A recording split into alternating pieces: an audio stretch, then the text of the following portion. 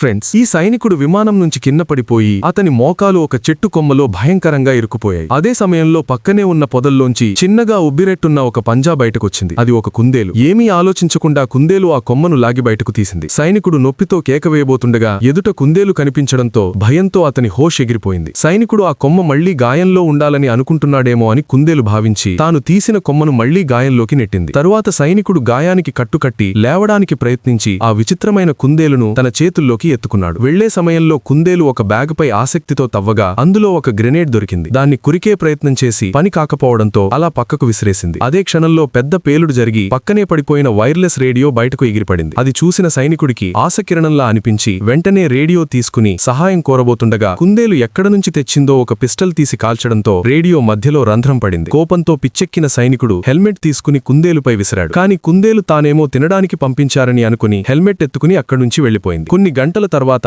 ఆఖరితో సైనికుడి కళ్ల ముందు చీకట్లు కమ్ముకొచ్చే సమయానికి కుందేలు తిరిగి వచ్చి ఆ హెల్మెట్ నిండా పండ్లు, ఆహారం తీసుకొచ్చింది. అది చూసి సైనికుడి మనసు కరిగిపోయి చిరునవ్వుతో కుందేలును క్షమించాడు. రాత్రి ఇద్దరూ మంట దగ్గర కూర్చుని సైనికుడు మంట బలంగా చేయడానికి ఊపిరి ఊదగా కుందేలు కూడా అతన్ని అనుకరించి బలంగా ఊదడంతో మంట చెలరేగి ఇద్దరూ గాల్లోకి ఎగిరిపోయారు. కొంతసేపటికి సైనికుడు హోష్లోకి వచ్చేసరికి కుందేలు అతని యూనిఫామ్ పై ఉన్న ఎర్ర గుర్తును జాగ్రత్తగా చూస్తూ ఎక్కడో ఇలాంటిదే చూసినట్టు గుర్తు తెచ్చుకుంది. అలసిపోయిన సైనికుణ్ణి లాగుతూ దూరంగా తీసుకెళ్లి చివరకు ఒక మిలిటరీ హాస్పిటల్ దగ్గరకు చేర్చింది. సైనికుడు కళ్ళు తెరిచి చుట్టూ మెడికల్ ఎక్విప్మెంట్ చూసి ఇక తాను సేఫ్ అని అనుకున్న క్షణంలోనే గోడలపై శత్రుదేశపు జెండాలు కనిపించాయి. అదే వేళ లోపల నుంచి అతని కేకలు మారుమోగగా ఆ అమాయకమైన కుందేలు చిరునవ్వుతో నేను చెప్పాను కదా అన్నీ బాగానే అవుతాయి అని అనుకుంటుంది.